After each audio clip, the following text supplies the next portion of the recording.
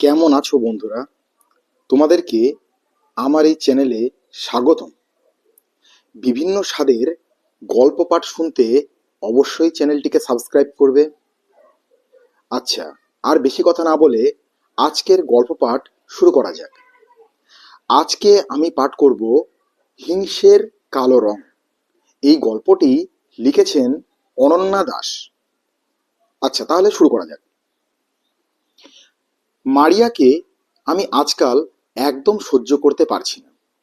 ওকে দেখলেই মনে হয় যেন ওর টুটি চিপে ওকে মেরে ফেলি বা ওর খাবারে বিষ মিশিয়ে দিই। অথচ এমনটা তো হওয়ার কথা নয়, কারণ মারিয়া আমারই যমজ বোন। একসঙ্গে বড় হয়েছি আমরা। তবে যমজ হলে কি হবে, আমরা কিন্তু মোটেই একরকম নই। মারিয়া সেই ছোটবেলা থেকেই অসামান্য রূপসী। সোনালি চুল, নীল চোখ, ফর্সা নরম তুলতুলে দুধে আলতা রং। আর আমি এইটুকু বলতে পারি, আমার চুল কালো, চোখ কালো। আর আমাকে মারিয়ার সঙ্গে দেখলে কেউ ওর বোন বলে বিশ্বাস করে না। বেশিরভাগ লোকই কিছু বলে না অবশ্য, অবাক হয়ে তাকিয়ে দেখে, চোখে অবিশ্বাস। মিসেস টাইকের মতন কিছু ঠোঁটকাটা খিটখিটে মহিলা আবার বলেও ফেলতেন, তোমাদের দেখলে বুঝতে পারি হিরে আর কয়লা একই গোত্রের। শুনে রাগে আমার গা রিরি করত। আমি একটা ইট ছুঁড়ে মিসেস টাইকের বাড়ির জানলার কাজ ভেঙে দিতে চেয়েছিলাম, কিন্তু মারিয়াই আমাকে থামিয়েছিল। বলেছিল, তুই শুনিসনি ওই কথাটা? লাঠি আর ইট দিয়ে আমার হাড় ভাঙতে পারো, কিন্তু কথার আঘাতে আমার কিছুই হবে না। উনি যা বললেন বললেন, তাতে তোর কি? তুই এক কান দিয়ে শুনে আর এক কান দিয়ে বার করে দে। তখন তাই করেছিলাম। সেই যাত্রা রক্ষা পেয়ে গিয়েছিলেন মিসেস টাইক। কিন্তু যত দিন বাড়ছিল তত যেন অসহ্য হয়ে উঠতে লাগলো সবকিছু। মারিয়াকে হিংসে আমি বরাবরই করি, কিন্তু এখন তো ব্যাপারটা সত্যিই সহ্যের সীমার বাইরে চলে গেছে। বাবা তো ছোটবেলাতেই গত হয়েছিলেন, আর মা আমরা কলেজে ঢোকার মুখেই চলে গেলেন। অর্থের অভাব অবশ্য আমাদের হয়নি, বাবা সেই ব্যবস্থা করে গিয়েছিলেন। আমি আর মারিয়া দুজনেই কলেজে পড়তে গেলাম। মারিয়া ইংরাজি পড়তে ফ্লোরিডার একটা কলেজে গেল, আর আমি ফিলাডেলফিয়ার একটা কলেজে ইকোনমিক্স আর বিজনেস অ্যাডমিনিস্ট্রেশন নিয়ে পড়তে গেলাম। সেখানেই স্পেন্সারের সঙ্গে আলাপ হলো আমার। আমি সারা জীবনে যা কিছু চেয়েছি কিন্তু পাইনি, সেই সব ভুলে গেলাম স্পেন্সারকে পেয়ে। সেকেন্ড ইয়ার থেকেই ওর সঙ্গে মুভ ইন করে গেলাম আমি। সেই থেকে আমাদের থাকা, খাওয়া, শোয়া সবকিছু একসঙ্গে, একেবারে যেন সোলমেটস। স্পেন্সার অবস্থাপন্ন পরিবারের ছেলে, তাই তারও অভাব নেই কোনো কিছুর। বেশ সুখেই ছিলাম আমরা দুজনে। তারপর এলো আমাদের গ্র্যাজুয়েশন। আমি চুপি চুপি একা একা গিয়ে মারিয়াটা অ্যাটেন্ড করে এলাম। আমার মনের মধ্যে কেউ যেন একটা বলছিল যে স্পেন্সার যতদিন মারিয়াকে না দেখে ততদিনই আমার মঙ্গল। মারিয়াকে আমি পই পই করে বলেছিলাম আমাদের গ্র্যাজুয়েশনে আসতে হবে না, বিএ পাশ করাটা তেমন বিশেষ কিছু নয় ইত্যাদি, কিন্তু ও শুনল না। আমাকে কিছু না বলে কেক আর ফুল নিয়ে এসে হাজির হলো একেবারে গ্র্যাজুয়েশন যেখানে হচ্ছে সেই হলে। ফলে আমার আর কিছুই করার ছিল না, স্পেন্সারের সঙ্গে ওর আলাপ করাতেই হলো। সেই একই রকম পরিচিত মুখের অভিব্যক্তি, তোমার বোন, তোমার যমজ বোন। কই, তুমি কোনোদিন বলনি তো যে তোমার যমজ বোন আছে? আমি মনে মনে দাঁত কিরমির করে বললাম, এই জন্যেই তো বলিনি। ছেলেদের আমি হাড়ে হাড়ে চিনি। তবে ওদের সামনে মুখে একটা বোকা বোকা মার্কা হাসি আটকে বললাম, ও মা, বলিনি বুঝি? আমি তো ভেবেছিলাম বলেছি। স্পেন্সার জোর দিয়ে বলল, হতেই পারে না, তাহলে আমার মনে থাকতো। মারিয়াও যোগ দিল, আমাকেও বলেনি ওর একজন বয়ফ্রেন্ড রয়েছে। স্পেন্সারের চোখ সরছিল না মারিয়ার দিক থেকে, সেটা আমি ভালোই বুঝেছিলাম। আমরা মেয়েরা ওইসব ব্যাপার ঠিক বুঝতে পারি। আমার মুখের স্বাদ তিতকুটে হয়ে গিয়েছিল। মনে হচ্ছিল গ্র্যাজুয়েশন ক্যাপ আর গাউন ছিঁড়ে ফেলে দিই। কোনো রকমে সেই সব শেষ হলো। বিকেলে আমাদের একটা দামি রেস্টুরেন্টে গিয়ে খাওয়ার কথা ছিল। স্পেনার মারিয়াকেও টেনে নিয়ে গেল। আবার সেই চোখ ফেরাতে পারছে না ব্যাপার স্যাপার দেখে আমি মাঝপথেই ভীষণ মাথা ধরেছে বলে পালিয়ে গেলাম। বাড়ি ফিরে খুব কাঁদলাম। বিধাতা, নিজের ভাগ্য সবাইকে খুব গালি দিলাম। আমি বেশ বুঝতে পারছিলাম যে একটা দুরন্ত ঘূর্ণি এসে পড়েছে এবং সেই আবর্তে আমার সব কিছু ভেঙে চুরমার হয়ে যাবে।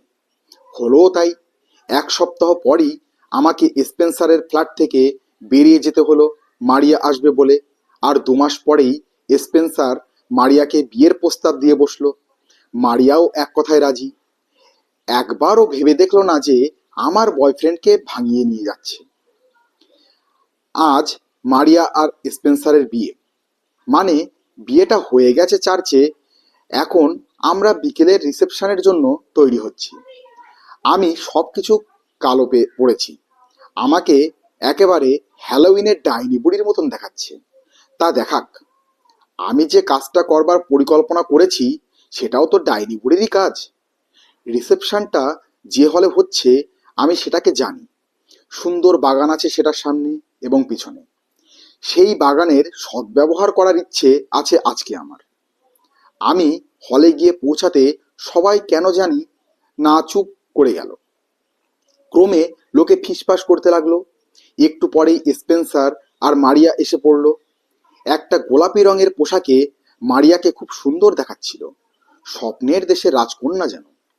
3টে ধাপের সুন্দর কেকটাকে কাটা হলো। শ্যাম্পেনের ফোয়ারা ছুটলো। স্পেন্সার আর মারিয়া তাদের নাচ নাচলো। স্পেন্সারের মা বাবাকেও বেশ খুশি মনে হলো। আমার সঙ্গে ওদের আগে দেখা হয়েছিল, তখন ওরা এত খুশি হয়েছিলেন বলে তো মনে পড়ছে না। এরপর অতিথিরা সবাই নাচানাচি শুরু করলো। মারিয়া যখন স্পেন্সারের বাবার সঙ্গে নাচছিল তখন দেখলাম স্পেনার চট করে বাথরুমের দিকে যাচ্ছে। আমি তার পিছু নিলাম। বাইরে দাঁড়িয়ে অপেক্ষা করতে লাগলাম। একটু পরেই সে বেরিয়ে এলো। আমি ভয়ার্ত গলায় বললাম, তোমার সঙ্গে আমার একটা জরুরি কথা আছে। পেছনের বাগানে একবার আসবে? আমি চাই না কেউ আমাদের দেখুক। এরপরই তো তোমরা হানিমুনে বেরিয়ে যাবে। আর আমি হয়তো কোনোদিন সাহস করে এই কথাটা বলতে পারবো না, কারণ আমি এখান থেকে চলে যাওয়ার পরিকল্পনা করে ফেলেছি। স্পেন্সার বলল, চলে যাওয়ার? সে কি, কেন? বাগানে চলো বলছি। কৌতূহল সামলাতে না পেরে স্পেন্সার আমার সঙ্গে চলল। তখন বাইরে অন্ধকার নেমে এসেছে, তবে বাগানের বাতিগুলো জ্বলে উঠেছে। একটা গাছের পেছনে গিয়ে আমি স্পেন্সারকে বললাম, তোমাকে আর মারিয়াকে একসঙ্গে দেখা আমার পক্ষে সম্ভব নয়। আমি রোজ একটু একটু করে মরে যাব, সেই জন্যেই আমি এখান থেকে চলে যাওয়ার সিদ্ধান্ত নিয়েছি। তোমরা হানিমুন থেকে ফিরে এসে আমাকে দেখতে পাবে না। আমি তোমাদের বলতেও চাই না কোথায়। সব যোগাযোগ ছিন্ন করে দিয়ে চলে যাচ্ছি আমি। কিন্তু কেন? মারিয়া তো খুব দুঃখ পাবে। আমি স্পেন্সারের চোখে চোখ রেখে বললাম, কেন বুঝতে পারছো না তুমি? আমি তোমাকে ভালোবেসেছিলাম। তুমি আমাকে ভালোবাসতে পারোনি আমি জানি, কিন্তু আমি যে হেরে গেছি প্রতিদিন সেটা মনে করতে আমি চাই না। তাই আমাকে দূরে চলে যেতেই হবে। এরপর আমি যেটা করলাম সেটা অনেকে হয়তো বলবে ক্ষমার অযোগ্য, কিন্তু আমার কাছে সেটা যুদ্ধের একটা অস্ত্র মাত্র। প্রেম আর যুদ্ধে সবকিছু চলে। আমি স্পেন্সারকে জড়িয়ে ধরে তার ঠোঁটে আমার ঠোঁট রাখলাম। 2.5 বছর একসঙ্গে ছিলাম আমরা। স্পেন্সারের বাসনাকে ইন্ধন জোগানোর সব কলা আমার জানা হয়ে গিয়েছিল। সে পারল না আমার আলিঙ্গন থেকে নিজেকে মুক্ত করতে। আমি খেয়াল রাখছিলাম। আমি জানতাম স্পেন্সারকে খুঁজতে খুঁজতে মারিয়া এদিকেই আসবে। আমি জানতাম কয়েকজন আমাকে আর স্পেন্সারকে এখানে আসতে দেখেছে। ইচ্ছা করেই সেটা করেছিলাম। মারিয়াকে বলার কেউ চাই তো। একটু পরে এসে পড়ল মারিয়া। ততক্ষণে আমি আমার জামাটা অর্ধেক খুলে ফেলেছি। আমাদের ওইভাবে দেখে মারিয়া বুক ফাটা একটা আর্তনাদ করে ছুটে বাগানের পথ দিয়ে রাস্তায় বেরিয়ে গেল। আমিও স্পেন্সারকে ছেড়ে দিয়ে মারিয়ার পিছু নিলাম। আজকেও রাতে ঘুম আসছে না আমার। হাওয়া দিচ্ছে বাইরে। আমার পাশে স্পেন্সার নিশ্চিন্ত মনে ঘুমাচ্ছে, কিন্তু আমার চোখে ঘুম নেই। চোখ বুজলেই আমি সেই চিৎকারটা শুনতে পাই। সবাই ধরে নিয়েছিল মারিয়া সেদিন ছুটতে ছুটতে গাড়িটার সামনে গিয়ে পড়েছিল, কিন্তু সেটা তো সত্যি নয়। আমি তাকে ঠেলে দিয়েছিলাম। অন্ধকার রাস্তায় গাড়ির চালক কিছুই টের পায়নি। সে মদ খেয়েছিল বলে উল্টে তার শাস্তি হয়েছিল। আমার কিছুই হয়নি। আমি কেঁদে কেটে খুব অভিনয় করেছি যেন মারিয়ার আত্মহত্যাকে আমি কত দুঃখী। তবে আসল কথা হলো, মারিয়ার ফিউনারালের 3 মাস পর আমি স্পেন্সারকে বিয়ে করেছি। যে বাড়িটায় মারিয়ার থাকার কথা ছিল, যেটাকে সে পছন্দ করে কিনেছিল, আমি এখন সেখানে থাকি। আমার মাঝে মাঝে মনে হয় আমি যেন তাকে দেখি। বিছানা ছেড়ে উঠে পড়লাম আমি। ব্লাকি আমার পিছু নিল। ব্লাকি মারিয়ার কালো বেড়াল। আমি তাকে সহ্য করতে পারি না, কিন্তু মারিয়া তাকে এনেছিল বলে স্পেন্সার কিছুতেই তাকে বিদায় করবে না। আমাদের শোয়ার ঘরটা দোতলায়। আমি ভাবছিলাম একতলার রান্নাঘরে গিয়ে একটু গরম দুধ বা কিছু খাবো, তাহলে যদি ঘুম আসে। কিন্তু 3তলা থেকে আলো আসছে কেন? ও, স্পেন্সারের অফিস ঘরটার আলো জ্বলছে। আমি সিঁড়ি দিয়ে উঠে 3তলার ঘরটাতে গেলাম। স্পেন্সারের অফিস ঘরে আমি কখনো ঢুকি না। মানে ও ঢুকতে দেয় না, সব সময় তালা দিয়ে রাখে। আজ মনে হয় ভুলে গেছে। ঘরের দরজাটা খোলা। হঠাৎ কি মনে করে আমি ঘরে ঢুকে ওর চেয়ারটায় গিয়ে বসলাম। ড্রয়ারের চাবিটা নিয়ে ডেস্কের ড্রয়ারগুলোকে খুলে খুলে দেখতে লাগলাম। তেমন কিছু নেই। কয়েকটা বিল, চেক বই, খাম ইত্যাদি। শেষ ড্রয়ারটা খুলে অবশ্য একটু চমকালাম। একটা অ্যালবাম বার করে দেখি, স্পেন্সার আর মারিয়ার বিয়ের অ্যালবাম। প্রতিটা ছবি খুব যত্ন করে করে লাগানো। প্রতিটা ছবির পাশে স্পেন্সারের নিজের হাতে লেখা তার মনের কথা। মারিয়াকে সে কত ভালোবাসে, কত মিস করে, সেই সব কথা। আমার মাথাটা ভো ভো করতে লাগলো। মারিয়া মরে গিয়েও জিতে গেছে। স্পেন্সার তাকে ভুলতে পারেনি। রোজ সে নিজের এই অফিস ঘরের দরজা বন্ধ করে ঘন্টার পর ঘন্টা থাকে, আমি জানি। সে বলে সে কাজ করছে, কিন্তু আসলে সে এই অ্যালবামে নিজের মনের কথা লেখে, মারিয়ার প্রতি নিজের ভালোবাসার কথা লেখে। আমি হেরে গেছি। এত চেষ্টা করেও আমি হেরে গেছি। আমি অফিস ঘর থেকে বেরিয়ে সিঁড়ি দিয়ে নামতে যাব, এমন সময় ব্ল্যাকি কি করে আমার পায়ের কাছে এসে পড়ল।